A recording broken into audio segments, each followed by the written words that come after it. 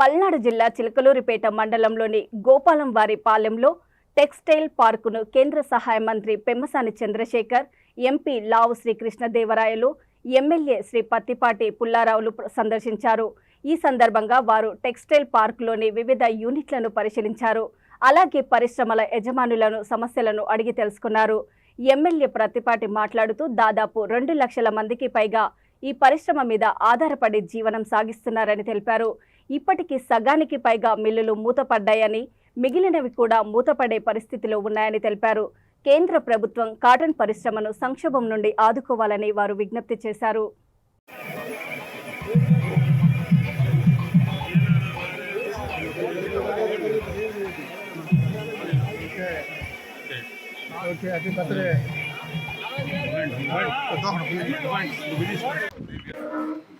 Only 3% of the whole cotton లో ఆ variety ఉంటుందంట.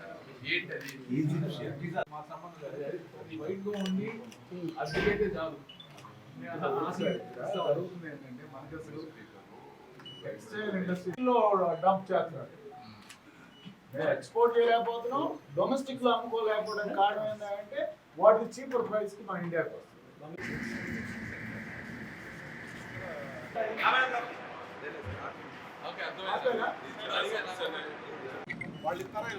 Okay sir.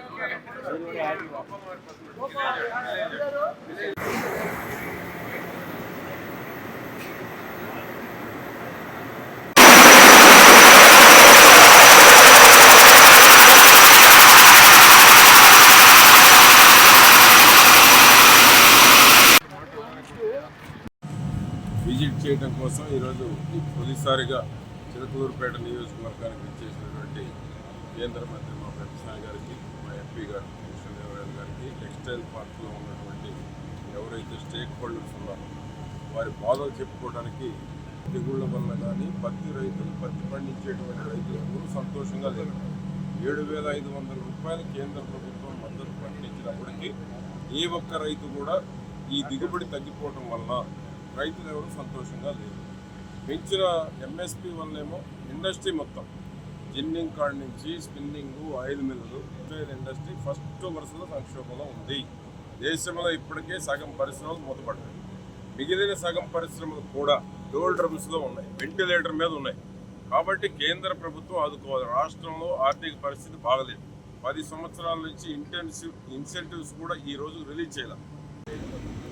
అదేవిధంగా పత్తి రైతులకి ఈల్డ్ ఎక్కువ లేకపోవడం, తక్కువ ఈల్డ్ రావడం వల్ల వాళ్ళకి గిట్టుబాటు ధర కాకపోవడం, వాళ్ళని సపోర్ట్ చేయడం కోసం మినిమం సపోర్ట్ ప్రైస్ గవర్నమెంట్ వాళ్ళని ఆదుకోవడం ఒక విధంగా పెట్టడం వల్ల వీళ్ళకి అది వైబిలిటీ కాకపోవడం వల్ల మిస్ మ్యాచ్ జరుగుతూ ఉంది. ఈ రోజున దీనికి మూల కారణాలు సీడ్స్ క్వాలిటీ పెంచి రైతులకు ఈల్డ్ పెంచితే వాళ్ళకి ఆదాయం పెరుగుతుంది. వీళ్ళకి ఇన్పుట్ కాస్ట్ తగ్గే విధంగా ప్లాన్ చేస్తే వీళ్ళు సర్వైవ్ అవుతారు. ఇవన్నీ కాకుండా ఇక్కడ ఉన్నటువంటి కాటన్ని ginning, spinning, weaving, fabric work ఇక్కడ ఉంది. దీని తర్వాత అడ్వాన్స్డ్ ప్రాసెసింగ్ చేసి ప్రోడక్ట్ చేసే విధంగా చేయాలి. దాదాపు 400 కోట్ల రూపాయల దాకా అవుతుంది అంటున్నారు. వీళ్ళు ఇక్కడ ఉన్నటువంటి వ్యాపారవేత్తలు అంత డబ్బులు పెట్టుకోలేనటువంటి పరిస్థితి. సెంట్రల్ గవర్నమెంట్ నుంచి ఏదైనా 50% అన్న సబ్సిడీ వస్తే వాళ్ళు ప్రపంచంలోనే అత్యధికంగా ఉపాధి కల్పిస్తూ ఉన్నారు. ఇండస్ట్రీ ఏదైతే ఉందంటే అది టెక్స్టైల్ ఇండస్ట్రీ. తర్వాత మన జిల్లాలో కూడా కేవలం 5 సంవత్సరాలు 10 సంవత్సరాలు కొన్ని దశాబ్దాలుగా జిన్నింగ్, స్పిన్నింగ్లో మనం చాలా ముందుకు వెళ్ళినాం. అత్యధిక స్పిన్నింగ్ మిల్స్, జిన్నింగ్ మిల్స్ దేశంలో ఎక్కడైనా ఉన్నాయంటే గుంటూరులో ఎక్కువ ఉన్నాయని చెప్పే పరిస్థితి కూడా వచ్చాం. అయితే నుంచి మిగతా రాష్ట్రాల్లో, గుజరాత్ రాష్ట్రాల్లో ఎక్కువగా సబ్సిడీ ఇస్తూ ఉన్నారు. వీళ్ళకి సబ్సిడీ అంతగా ఎక్కువగా ఇచ్చే పరిస్థితి లేదు. మన ఆర్థిక పరిస్థితి మనకు తెలిసిందే, రాష్ట్ర ఆర్థిక పరిస్థితి. రెండవది అత్యధికంగా ముందుకు వస్తూ ఉన్నారు. అది చెప్పిన సమస్య ఏంటంటే మాకు క్యాపిటల్ సబ్సిడీ కింద సెంట్రల్ గవర్నమెంట్ నుంచి కొద్దిగా గవర్నమెంట్కి నెక్స్ట్ ఇండస్ట్రీ పెట్టుకోవడానికి మాకు ఇవ్వండి, సపోర్ట్ ఇవ్వండి, ఇస్తే మేము తప్పకుండా చేస్తాము, మరింత మంది ఉపాధి కల్పిస్తామని చెప్తా ఉన్నారు. అదేవిధంగా రైతులకు సంబంధించి కూడా రైతులకు చెప్తా ఉన్నారు. వీటన్నిటిని కూడా తప్పకుండా తీసుకుని వెళ్ళి ఈ ఇండస్ట్రీని మరింతగా ముందుకు తీసుకువెళ్ళడానికి, మరింతగా ఇక్కడ అభివృద్ధి చెందడానికి ఏ విధమైన అవసరాలు ఉన్నాయనేది తప్పకుండా తీసుకెళ్తాం. ఈరోజు మీ అందరూ చూస్తూ ఉన్నారు, ఫ్రీ ట్రేడ్ అగ్రిమెంట్స్ చేస్తూ ఉన్నారు కొంత దేశం మిగతా దేశాలతో. అంటే ఫ్రీ ట్రేడ్ అగ్రిమెంట్ అంటే ఇక్కడ నుంచి ఏదైనా మనం ఆ దేశానికి ఎక్స్పోర్ట్ చేయొచ్చు. ఆస్ట్రేలియాతో అయింది, కొన్ని యూరోపియన్ కంట్రీస్తో అయింది. ఇవి వచ్చిన తర్వాత మనం అప్పుడు బంగ్లాదేశ్తో పోటీ పడటాను కానీ వియత్నాంతో పోటీ పడటాను కానీ ఇప్పుడు కొద్దిగా మనకి లెవెల్ ప్లేయింగ్ ఫీల్డ్ అనేది వచ్చింది.